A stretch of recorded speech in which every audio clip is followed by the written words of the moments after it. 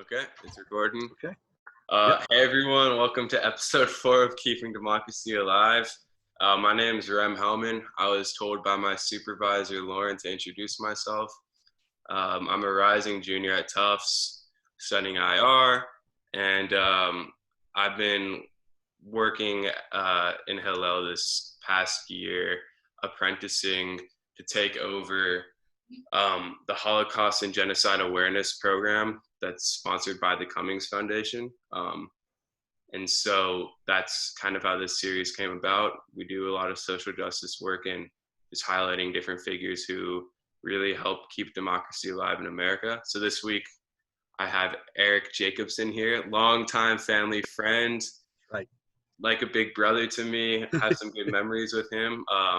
So yeah, he's an Atlanta native, and he's gonna quickly tell a little backstory about himself, and then after that we'll get into what he does. So Eric, you got it. Great. Well, Remy, first of all, thank you for having me.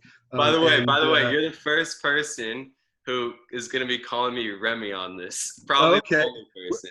What do you go by at school then? I mean, I generally introduce myself as Rem, but people as Rem. Okay. Know me for okay. a while. Well, I'm going to stick with what you want. I'm not. I'll call you what you want to be called. No, it's okay. You can call me Remy. I like it. I think it's fun. That's what happens when I've known you since you've been born, right? Yeah. So older brother, it's more like other father or something like that. I didn't know what to say. I didn't know what to say. So anyway, so my job is I'm the executive director of the Georgia Council on Developmental Disabilities. And there is an equivalent organization to the Georgia DD Council in every state and territory of the United States. And essentially our job is to promote systemic change within state governments that through advocacy and capacity building. I think the advocacy component will be really important in our conversation. And we do that so that people with developmental disabilities will be more interdependent. And I think that's another really important piece. Actually, the law says independent, but I tend to think that we're all interdependent and not independent. Economically self-sufficient or productive, integrated and included in their communities, and self-determined in their lives. And I think these are things that all people want, regardless of whether they have disability or not, or regardless of what kind of a person they are. We all want those kinds of things in our lives. And our job really is to figure out how to make sure individuals with developmental disabilities and intellectual disabilities have those same rights as everybody else. And we do that. We're funded by both the federal government and state governments. And I have a board that's appointed by the governor. So there's a political component to this, as well as a social justice component, as well as a civil rights component, which is part of the social justice conversation. And our job really is to help promote those things for individuals with disabilities. Yeah. So obviously I've known you for a while, but I decided to read your bio today in order to get a little bit more about you in terms of your work. So it said that in 1992 you got your in 92. Yeah. So I've been here for almost 30 years now. So I've seen a lot of things change over that period. Yeah. So how did you actually get the job? Like what? Because you were working for the Jewish Federation beforehand. Correct. Yeah, so I had worked at the. I was hired while I was still doing my graduate work, a planner in their planning department. So we were looking at, again, this is in 89, 88, 89. We were looking at 90. We were looking at populations within the city of Atlanta, the Jewish city of Atlanta, that needed support. So I was predominantly assigned to look at what the needs of individuals with disabilities were, what the needs of older adults were. And by the way, there's a lot of similarities in those two things. And because I became friendly with some of the moms that were volunteering at the Federation, when a job came open at what was then called the Governor's Council on Developmental Disabilities, I applied and was hired first as a planner and then as their executive director. And again, it was really looking at how do we support people and give them the opportunities to be independent, productive, included, and integrated, and self-determined in their lives. Okay, and then you spent 5 years kind of just doing your job, and then how did you come about being the executive director? Oh, that's a long story, but actually, the guy who was the woman that I was hired by at the council retired. They hired somebody. He was there for a couple years. It didn't work out, and when he left, I applied for the job. I had been seen as kind of like quote unquote the assistant director for a while, and so when the job became open, I applied uh, and uh, and got it. So it was Awesome. I'd And been there and been doing stuff, so they trusted me. yeah, plus you kind of got that personality to be an executive director. You know that- Well, some people might say that. They might say that, right? yeah. So you said when I mentioned 92, you said, yeah, I've seen a lot change over 30 years. Yeah.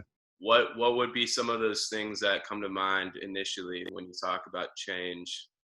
Well, if you even talk about what we thought about people with disabilities in 1992 compared to what we think about them today in 2020, um, there's been a tremendous change in that. First of all, most people at that time, most people, especially intellectual disabilities, were living in what we call congregate kinds of facilities. So those are places like state hospitals.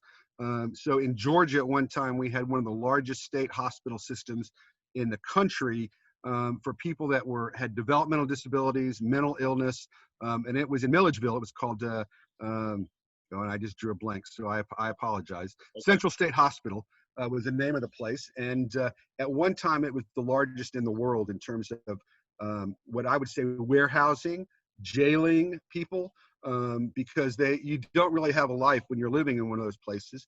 You're told when to eat, when to go to bed, when to get up, what you're going to do with your day, so the number one thing that we've begun to see change over the last 30 years is the closing, especially of large state institutions. In Georgia, we went from over 2,000 people housed in state institutions across the state to about 200 now, Wow. even less than that. And they're all at Gracewood State Hospital in Augusta. So one of the big changes is we are now supporting people to live in the community and to have the supports they need to be a part of that community. And that's an important word there, as opposed to in, but actually being a part of community. And that's what we all want to be. We want to be a contributing member of that community, however we define it, whether that's your school, your synagogue, your church, your mosque, your town, your neighborhood, whatever it is. We all want to be contributing members. So as we move people back into the community, that's what we're trying to do, is develop that sense of community at the same time with, especially for folks with disabilities, with the necessary supports. And we're getting better at that as we move into the years, in terms of how do we provide individual needs based on an individual one person. So how do we make sure those needs are met so they can be independent and productive? And another piece that I think is really important is just how people are described in television, and the roles that people have in television that represent people with disabilities has changed dramatically. You wouldn't really see in the 90s advertisement that had people with disabilities using wheelchairs, people with Down syndrome. You didn't see that. You see that now a lot in commercials, on television shows. If they had somebody with a disability, it was usually somebody without a disability playing that person with a disability. Today, we see a lot more actors with disabilities actually portraying themselves or others in movies, television shows. So I think there's been a tremendous change in stigma and what people think about people with disabilities, and the fact that, and I think that can be attributed to the fact that more and more people with disabilities are living in communities and a part of their community. And we know from the social justice movement that it's all about getting to know somebody else. And if you don't know somebody else, that creates ignorance, and therefore that's when we see all kinds of bad things start to happen. So the social justice movement has really taught us that we need to know our neighbors and we need to know the people around us, and if we do, we'll find people with disabilities there. And because we know them, we have less stigma about what they can't do as opposed to what they can do, what their gifts and their talents are, and how they offer those gifts and talents to community members. what kind of events have you like organized or implemented in order to establish those relationships between people with disabilities and people who might not have disabilities? Great question. So I'll talk about two things in particular. We do a lot. We do a lot of things, but I'll talk about two in particular. One is from a political advocacy standpoint. Political advocacy standpoint. We organize annually groups of people with disabilities that will go to the General Assembly, the Georgia General Assembly, where our senators and our state representatives meet and make laws and decisions about what's going to happen, how money is going to be spent. And we organize people with disabilities to actually go to the Capitol and talk about their story. This is why we need this piece of legislation, because of what it does to me, or why we don't need that legislation because of what it might do to me, or why we need more money in the budget so I can get the supports that we need. So for instance, in Georgia, there are over 6,000 people that have been deemed eligible for services, people with intellectual and developmental disabilities deemed eligible for services, but that are on a waiting list that some people have been on for 10 or 20 years. And it's because we as a society don't prioritize the supports that people need in order to be independent and productive. And so we, legislators and governors, don't provide those dollars. And so therefore people don't get the services they want. And that's why we're going to the Capitol to talk about those things. The other piece that I think is really interesting, and we've been doing in different ways for the last 10 years, is something we call real communities. And the idea is, how do you bring people with and without disabilities together in their local community in order to address local problems? So I'll share an example from that we did in Macon, because I think this is just one of the really cool ones. And that is, and I see the sun is like shining through here on me, so I'll try to move it a little bit. In Macon, we did a thing called Roving Listeners. I have a friend out of Indianapolis. He works for United Methodist Church up there, and he came down and helped us put it in place. And essentially, members of the church began going out and talking with their neighbors about, again, what their gifts and talents are. And then they organized those folks to come back and create projects within their own community. So they were people that were interviewing them were people with disabilities, and they were finding people with disabilities and then bringing them into the conversation. And so what they began to do is and this was in a low-income neighborhood in Macon. And so what they began to do was to identify those kinds of things that people had interest in. So for instance, I said earlier that we've been gardening a lot this summer. Well, what they were doing is that they were finding that there were gardeners in their community. They were growing things. However, they were growing so much that they had more than what they could feed their own families with. So they began to figure out how to feed other families at the same time. We also have been through that program now implementing what we're calling social justice dialogues. And those are about bringing people with disabilities and other marginalized communities to the table to talk about common issues. So one of the things that we know about disability is it doesn't care about any of the other demographics. That it's kind of like COVID right now. All the other demographics are thrown out the door, because people with disabilities can be people of color, they can be different sexual genders, different sexual orientations, different ethnic groups, different religions. All those different things all come together on disability. So when we start talking about intersectionality from a disability perspective, we're talking about, well, so what does it mean to be, and I'll just use you and me as an example, what would it mean if we both had disabilities to be a Jewish white man, straight white man, in a common community conversation? And so we're really looking at how you bring those groups together, have the conversation, because those social justice issues and those civil rights issues are exactly the same across the board. So it's a matter of how do we connect them in order to make a larger population of folks that are interested in these issues and moving them forward from a political standpoint. Has that population grown? Especially The like disability population? well, no, the population of people who relate to the population of people with disabilities. Well, As in, like, so yeah, go ahead. so first of all, and I don't have the exact number sitting in front of me, but disability is the largest minority in the United States. So take that into Think about that for a second. The largest minority in the United States, and it's a $3 trillion market. So, and it touched, huh? What do you mean, So like, as in a market? that means that the spending power of people with disabilities and families is $3 trillion. That's a huge part of the market as well. And what we know is, again, because what we said is disability doesn't care about all those other demographic information, is that it's almost impossible to talk to somebody who doesn't know somebody with a disability or have someone in their family with a disability. And so it's a huge piece that is just really kind of bubbling to the top. I mean, for disability, the Americans with Disabilities Act, passed in '92, was the last piece of civil rights legislation passed in this country, really. Well, I guess you could say the equal marriage piece would be after that, but it's really the last large civil rights legislation passed in the United States that gave people with disabilities rights in all areas of living. Yeah, sorry. That's right. No, that's I had to digest that for a second. I was thinking for a second while you were talking, just like how did you get involved in this? Like, I know you mentioned at the Jewish Federation they needed people to organize different parts of the Atlanta community, especially the Jewish Atlanta community, but why were you chosen to do people with disabilities in the first place? Well, at the Federation, it was because I was low man on the totem pole.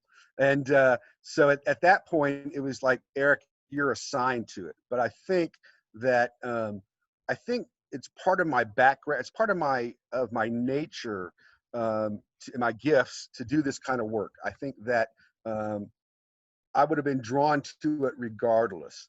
And I think I've always wanted to be in that social justice world where we were trying to change it to make it better for everybody. So I Mm, think it was just kind of who I was and what I was thinking about. I mean, I have a educational background in kind of public administration and political science and that kind of stuff. But for me, I think that the draw was always about how do we make the world a better place to live in. yeah. And then in Atlanta and in Georgia, do you think that we're lagging behind compared to the rest of the country? Yeah.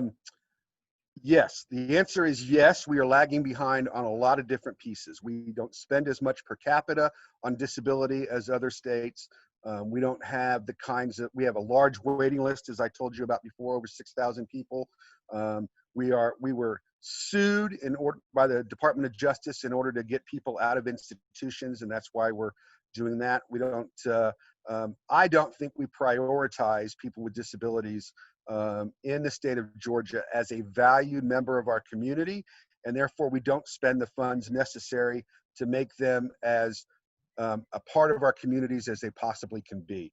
So I think Georgia has been lagging for a long time. There was a time, for instance, when Georgia was like first or in the top 10 in terms of finding people with disabilities jobs, because we allowed innovation to take place and we thought it was an important issue.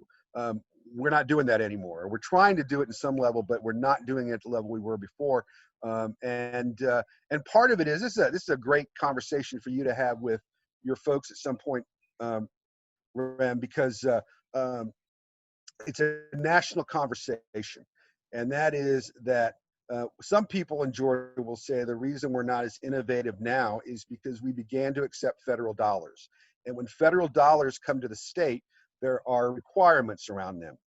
And some of those requirements actually took us backwards as opposed to forwards. So when they talk about red tape from the federal government, that I think that's part of what happened for people with disabilities here in Georgia, is that the state figured, oh, we'll just take the federal dollars and we'll do whatever they tell us to do, and we don't have to put our own money into it, as opposed to some other states who put lots of dollars, lots of state dollars into their programs, and that way they were able to draw down more federal dollars and then able to have a more robust service system.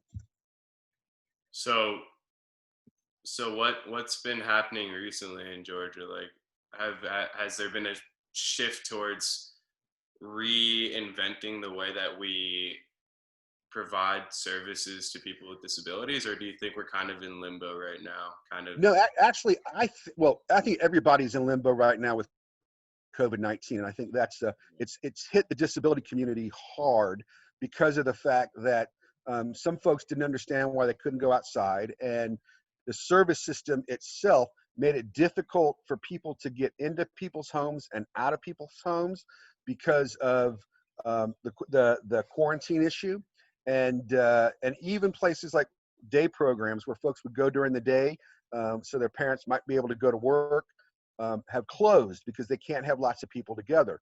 So I think one of the opportunities that exists for disabilities after COVID-19 is over, or as we move towards a different normalcy, is that those kinds of congregate facilities, anything from even looking at group homes to other larger kinds of where people are like 16 or 17 people are living together, those kinds of places are going to close. These congregate day programs that I was talking about before are not going to, people are so used to not going to them now that other opportunities like people trying to find jobs will emerge as the predominant service system model. So I think there will be a lot of changes happening because of the fact that COVID made us rethink what that service system looks like. And when it reopens, it will be reopening differently. It will also be reopening with less money because we already know that the Georgia legislature will go back into session mid-June, and they're going to have to cut the budget by 14%. They're basically doing it 14% across the board. So when you already had a system that was underfunded, and now you're going to take even more out of it, it's going to be more difficult. Do you think in a weird way that the fact that it's going to be less funded than it already is, and due to like the weirdness of COVID-19, that people with disabilities are actually going to be impacted positively? Yeah, I do. I think this idea that because the system will have to change, more people will go to work, and then that builds community life. I mean, when you think of, I know you don't have a full-time job right now, you're still working towards that, but once you get into but even when you get into the workforce and you're going to work, whatever, even in your summer job, you get to interact with other people, and a lot of times those people become your friends. So I think that the more that people with disabilities get out and go to work, it will positively impact their community around them. It will give them money. I mean, right now, folks that go to what we call sheltered workshops, again, closed right now because of COVID, but these were folks that would go and they would like put packets together for instance, the Atlanta Peachtree Road Race. They put those packets together that every runner gets. Oh. And the company makes money. The individuals that do it get paid pennies on the hour. So they're way, way underpaid in terms of market value. So we think that if they get out and actually get a job, even if they're only working 10 or 20 hours a week, that's going to be a heck of a lot more than what they make when they're working at some of these sheltered workshops. And so I think that will impact their lives as well. They'll have more money in their pockets to actually spend. What kind of jobs can they actually, like, obviously saying they is a very generalized and unfair term to like ask you about, but what kind of jobs do you see people with disabilities actually taking on in general? Is it like anything realistically? Is it well, I think it kind of is. I think it's kind of one of those things where you have to understand what somebody's talents and desires and gifts are, and then you figure out what that job might look for them. It might be self-employment of some kind. Yeah. We did some things years ago where which they called customized employment. So let's say you might really enjoy cappuccinos, and so you might buy a cappuccino machine and take it to the local bakery and say, hey, listen, if you'll teach me how to bake, I have this cappuccino machine that I bought with my support dollars. I'll run the cappuccino machine. You'll teach me how to bake. And so again, there's a kind of learning that takes place then that allows people to really be, to have a regular job. So it might be something like that, or it might be working in an office. We know that, for instance, some folks, not all, but some folks with autism have been really successful at working for places like Hewlett Packard and looking at data and those kinds of things. So that might emerge as another marketplace. But I really think it's based on that individual and the marketplace around them. Is there any, this could be a very strange, particularly dumb question, but you can hear me, yeah? Eric, I can you hear me? can hear you now. All right, cool. I was gonna say that this question that I am about to ask could be not so good. I just want to make sure you can hear me. No? Can you hear me now? I can hear you now, yeah. All right, I think we just had a little bit of It a. might be me, it might not be you, so don't worry, It's fine. No. Don't worry about it. Old house. It's been good the whole area. I think there was just a little spike in the internet. Yeah. Yeah, I'm gonna say it again, and now I'm gonna feel stupid saying it, but I don't know if this is a bad question or not. But is there any sort of um, uptick or downtick in the general United States population of people with disabilities? As in, like, is that something that is like pretty consistent? Like, there's always people with disabilities, and there always will be people with disabilities, or yeah, I don't know what I'm getting at. I don't know if you. Yeah. Hey, I just lost my picture here, so I'm trying to. I can. So it must be me. I see you. I see you. Oh, you can see me. Okay. Yeah. So, so first of all, there's always been disability amongst people with amongst human beings. Period. Yeah. So even can you see me? You can hear me? Yeah. Okay. So think about Torah. Think about there actually are a couple of characters within the Torah that have been discussed as probably having disabilities. Mm-hmm. Isaac says very few words really throughout the entire Torah. He at whatever he was, 40 or something like that, follows his father to the mount and blindly really kind of gets up on that bed where Abraham then has the argument with God about whether he should kill his own first child. That's one example. We know that Moses had a stuttering problem. It's one of the reasons that he let Aaron speak for him during the whole Exodus story. So there are lots of incidences of disability throughout history, and the way people have been treated or poorly treated. So I think there have been times in history when some folks with disabilities have been revered, almost made into superhero kind of mentalities, and there are other times when they've been oppressed really poorly, really badly. And so there we go. I'm back now. So I think history shows us about disability, and it talks about disability and how people were for a long time, really up until the 1950s, really beginning in the 1800s, people were stored away so you couldn't see them. They were either maybe locked in their house or locked in state kind of society-run institutions. Yeah. So this is a completely separate question. Sure. Do you guys work with parents of people with disabilities? And if so, yeah, if so, what do you guys do with them? And is there separate social justice work that you have to do with parents in particular in terms of funding? Another great question, Jeremy, from a couple of perspectives, right?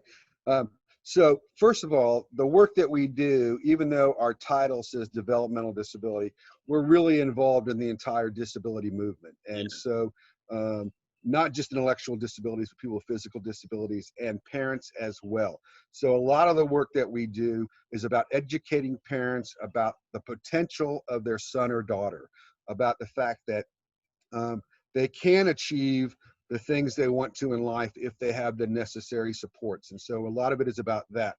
I think when you start to tie it to social justice issues, I think a very, very important piece of this is that for a lot of folks with disabilities, unlike you or my kids or even your parents and I when we were younger, our parents might have tried to move us in a direction or tell us what we can do or tell us what we can't do and hope that we kind of follow that. People with disabilities that are your age or a little younger are often held on to very tightly by their parents, to the point where some will actually take guardianship over them. And guardianship means that I get to make the decisions for you. So that means if I don't think you should get married, I can make that decision that you're not going to get married. I, I was in a conversation with somebody the other day. I swear this actually happened. And he was talking about his nephew who has very significant disabilities. And they were talking about castrating him. He's 18, 19 years old. And they were talking about castrating him because they didn't want him to procreate.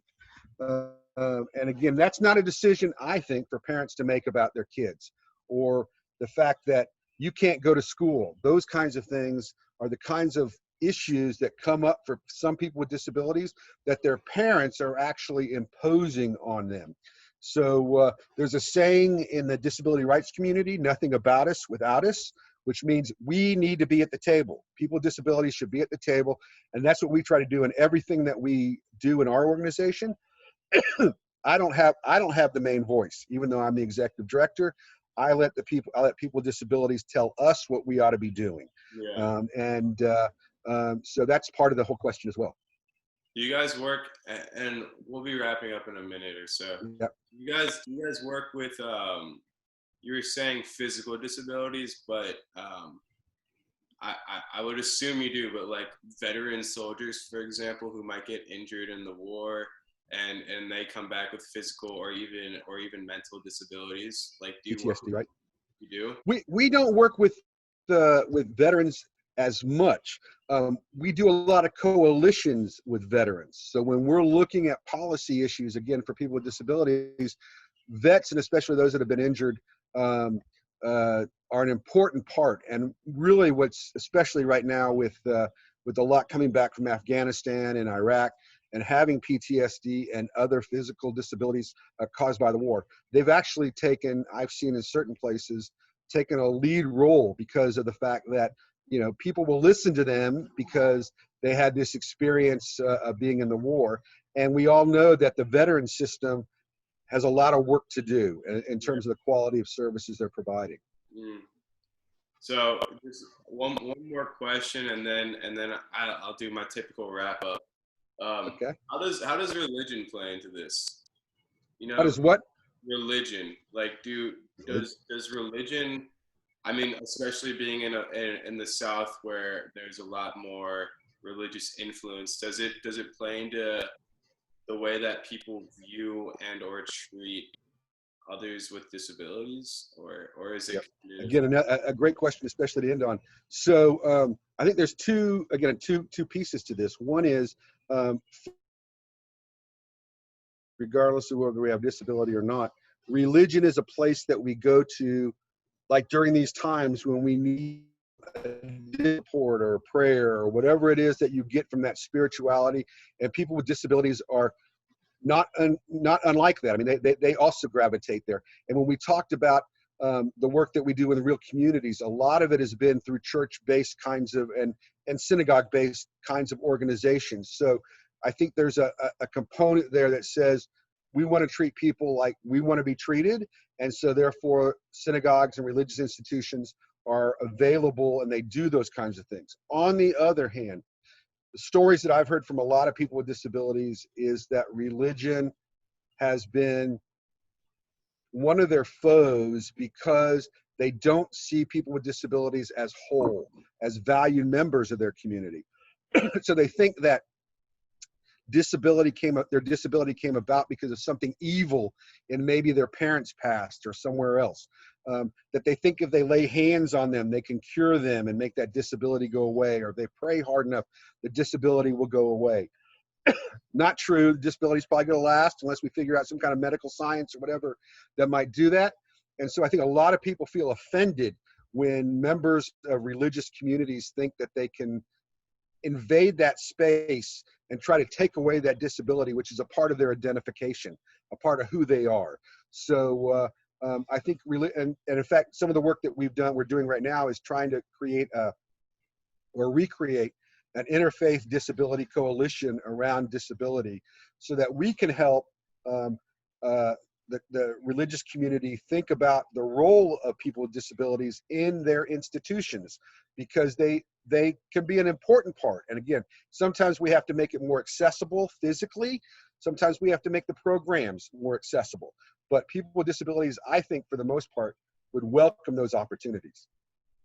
Eric, thank you so much. And thanks for having me. The way I always close is just, how can someone like me or any listener either get involved in the fight for the rights for people with disabilities? Obviously, I can't just join the Department of I don't know, what is it called exactly? The Georgia Department Georgia Council on Developmental Disabilities. The Georgia So Council. I can't just join the Georgia Council on Developmental Disabilities, but what are some smaller things that people like me or who are listening can do in order to help? I think the most important thing that you can do, and the folks that are listening to this, is when you're in coalitions, when you're in communities, when you're doing whatever, ask the question, where are people with disabilities? Why aren't people with disabilities at this table? They have something they want to offer. And then I think there are organizations like developmental disability councils around the country that can help you find those people that want to be involved. I mean, there are college-age students that want to be involved in conversations about social justice happening in their lives. So I think those are the kinds of things that you could be doing right now very easily, and engaging people with disabilities in the kinds of groups and conversations that you have, and not being afraid that because of their disability, they may not be able to engage in the conversation as much, or they may not be as talkative as everybody else in the group. Bring them in, and I think you'll find that they are just as much a part of the group as everybody else. Awesome. All right, Eric. Thank you so much. I really appreciate it. My pleasure. That was episode 4. All right, everyone. Have a good week. Thank you so much.